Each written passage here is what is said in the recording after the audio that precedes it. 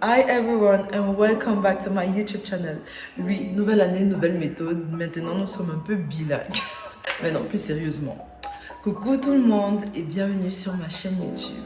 Alors, je suis extrêmement contente de faire cette vidéo tout simplement parce que c'est ma première vidéo de 2023 et je suis tellement contente de vous avoir. Si vous êtes nouveau sur ma chaîne, bienvenue, moi c'est Joanne. Sur cette chaîne, on fait essentiellement du partage.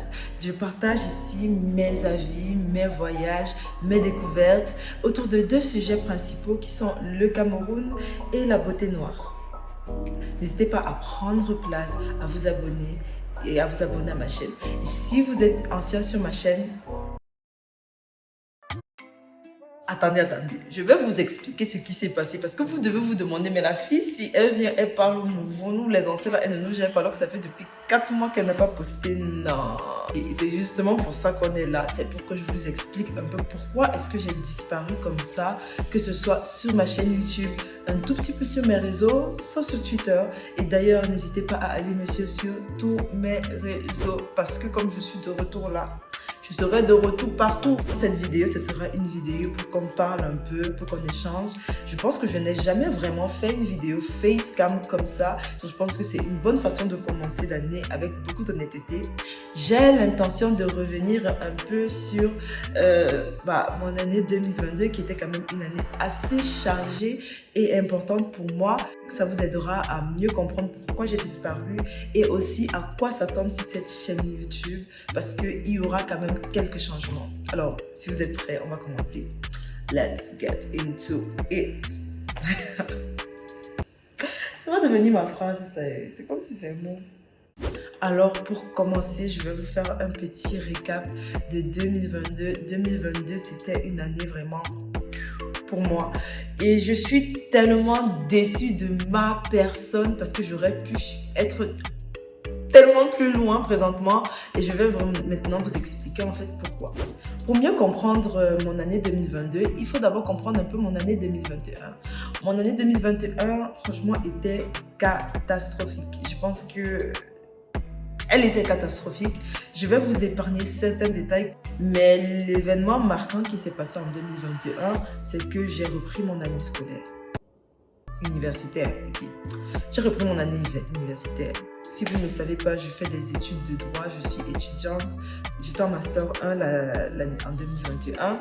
Alors, l'échec, c'est quelque chose que je n'avais jamais connu. J'étais habituée à étudier et à passer. Franchement, je n'avais jamais connu l'échec. L'un de mes principaux problèmes à l'école, c'est que j'avais perdu totalement l'engouement parce que je n'avais plus vraiment de perspective qui me réjouissait dans le cadre de mes études. Tout ce que je voulais faire avant, j'ai eu à tester et à voir un tout petit peu. Et ça ne m'a absolument pas plu. Donc, à partir de ce moment-là, je me retrouvais en fait dans des études qui ne m'intéressaient pas. Parfois, j'étais en salle de classe et je regardais le prof, il parlait, je me disais, mais qu'est-ce qu'il raconte? Mais qu'est-ce que je fais là en fait? Je sentais que c'était pas un truc qui me parlait tant que ça. Et je n'avais plus vraiment d'objectif. Et lorsque tu n'as pas d'objectif, bien faire ce que tu fais, c'est très compliqué. En 2021, je me suis donc beaucoup laissée aller à cause de cet échec-là. Parce que c'était la première fois que je l'expérimentais. C'est la première fois que quelqu'un de ma famille l'expérimentait. Je me sentais en fait un peu comme la brebis galeuse. Et franchement, c'était quelque chose d'assez difficile à vivre pour moi. J'étais donc dans une période où je ne savais pas exactement ce que je devais faire de ma vie. Je ne savais pas quels devaient être les débouchés dans ce que je faisais. YouTube, tout ce que je je le faisais vraiment en mode amusement. Je n'y voyais pas vraiment de grands débouchés, quelque chose sur laquelle je pourrais baser ma vie. Et je pense que c'était une période où j'ai vraiment expérimenté une semi-dépression même. J'aime pas dire dépression parce que j'ai l'impression que ça fait too much. Mais voilà quoi. Et pour vous dire à quel point je me sentais mal, je savais depuis le mois de janvier que je devais reprendre. Parce qu'en fait, dans mon université, si tu n'as pas tout validé, tu reprends.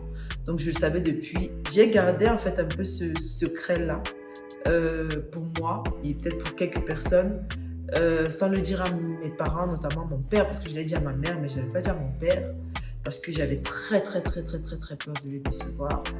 Si vous avez traversé la même situation que moi, vous étiez un tout petit peu perdu, c'est-à-dire une situation d'incertitude où on ne sait pas exactement ce qu'on va faire de sa vie. Je sais que c'est un sujet qui parle à beaucoup de personnes parce que j'en avais déjà parlé sur mon compte Instagram et j'ai pu répondre à beaucoup de personnes qui m'ont écrit et ça me plairait davantage si on pouvait recréer cela dans les commentaires, échanger un peu par rapport à toute votre situation et vous montrer tout simplement que vous n'êtes pas seul. Tellement, mais tellement de gens sont dans cette même situation. Ne vous sentez pas mal de vous poser des questions. Ne vous sentez pas mal de tester de nouvelles choses. Que vous soyez jeune ou vieux, vous avez le droit de tester de nouvelles choses. Mais bien sûr, il faut toujours rester un tout petit peu logique. Okay? Il ne faut pas faire des choix trop risqués. Moi, j'ai pu passer par là et en ressortir. Et j'espère que ce sera pareil pour vous. Et d'ailleurs, on va voir comment j'ai fait pour en ressortir tout de suite. Le 31 décembre 2021, j'ai dit, je ne vais pas entrer dans la nouvelle année avec ce secret-là. J'ai pu avouer à mon père que voilà, j'avais repris mon année. Et sa réaction, c'est quelque chose qui m'a beaucoup rassurée, qui m'a beaucoup boostée. Plutôt que de me gronder, pourquoi ceci? C'est à cause de tes vidéos, c'est à cause de YouTube. Alors qu'en fait, ça n'avait absolument rien à voir. Au contraire, il a été très rassurant avec moi. Il m'a dit, c'est pas grave, l'échec, ça arrive. Le plus important, c'est de savoir ce que tu veux faire après, de te relever, de foncer, d'y aller plus fort encore. Et il a été tellement, mais tellement aimant avec moi que ça m'a donné beaucoup de force pour commencer mon année. Et j'ai commencé mon année 2022 avec tellement de rage de vaincre, de rage d'en découdre, de me dire, ok, j'ai laissé 3 matières cette année, d'accord, je vais déjà valider toutes ces matières et maintenant côté YouTube contenu, je vais accélérer tout ce que j'aurai à faire, je vais tout faire pour bien le faire. Ce qui nous amène donc à 2022 pour vous montrer un peu le mindset que j'avais en début d'année. Et c'est une année aussi où je me suis décidée à être un peu moins fermée, être un peu moins refermée, à essayer de parler aux gens, répondre à mes DM et voilà, tester et rencontrer de nouvelles personnes. Alors maintenant, je vais vous parler des temps forts de mon année 2022. Premier fait marquant de 2022, la CAN au Cameroun, ça a été un événement majeur de mon année. C'est une période vraiment où j'ai pu accroître de façon exponentielle mes abonnés sur les réseaux sociaux, notamment sur le réseau Instagram, grâce à cette photo. Alors cette photo, je l'ai faite avec Franck. C'était la première fois que je rencontrais Franck.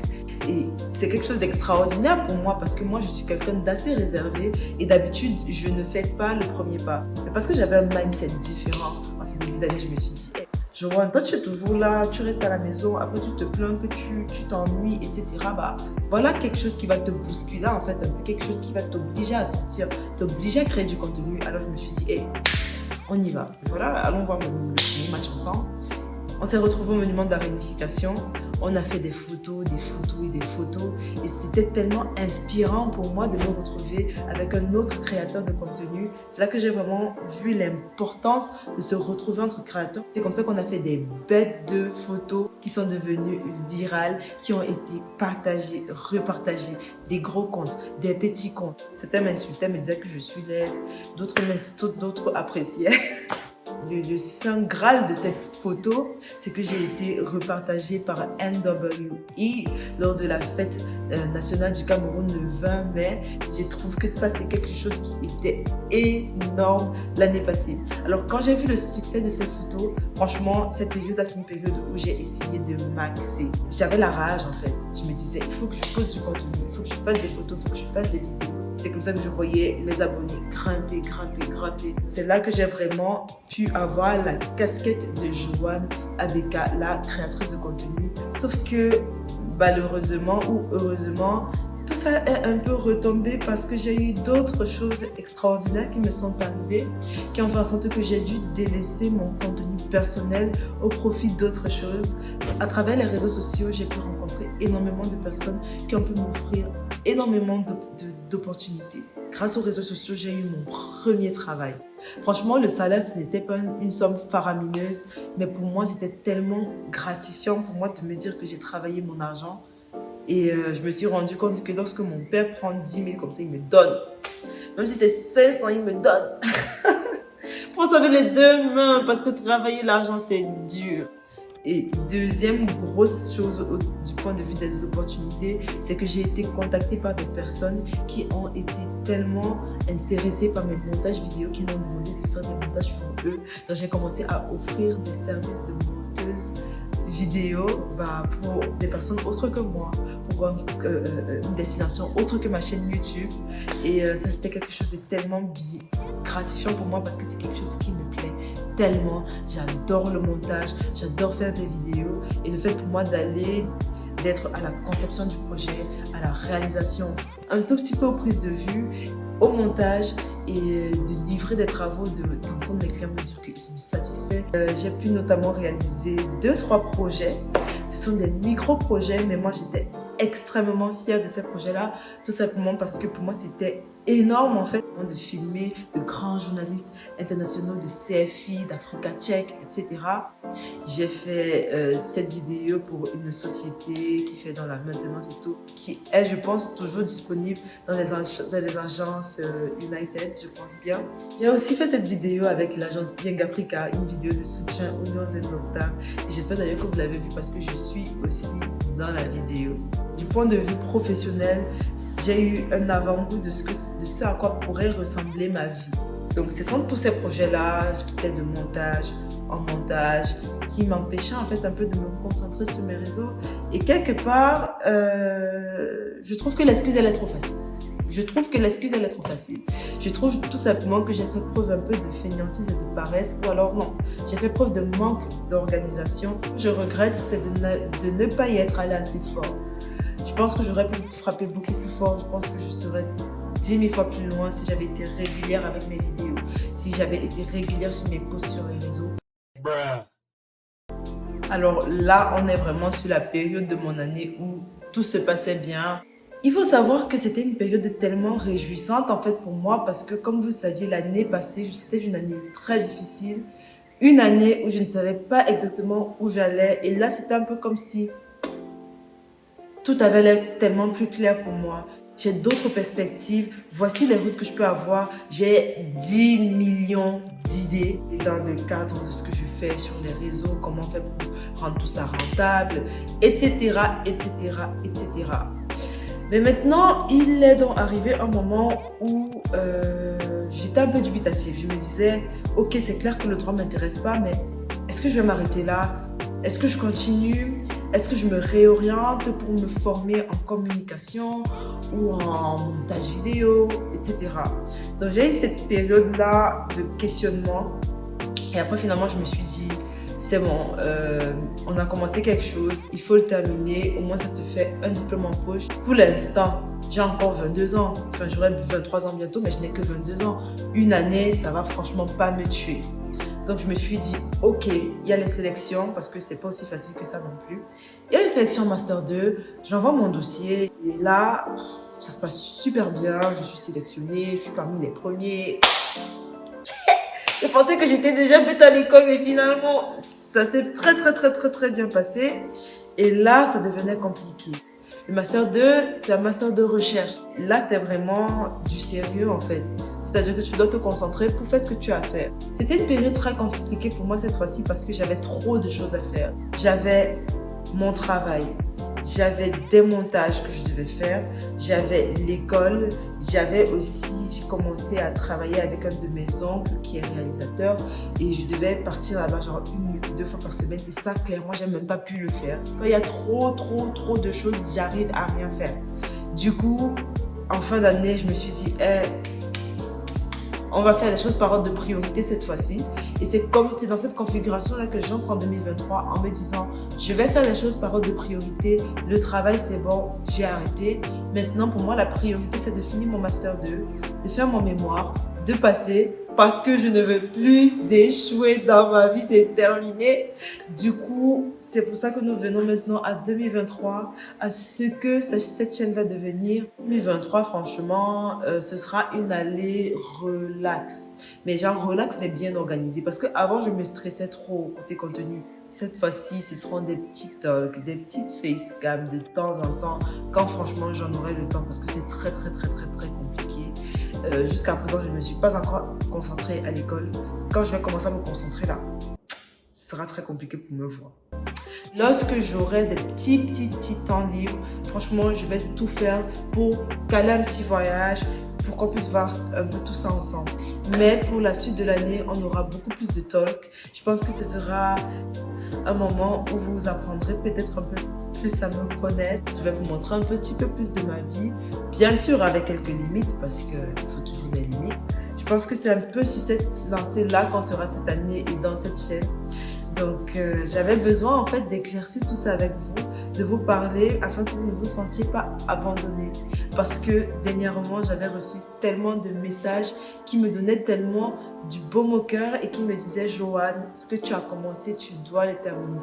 Voilà, j'espère que cette vidéo vous aura un petit peu éclairé et mis dans le contexte et dans la lancée dans laquelle nous entrons en ce début d'année 2023.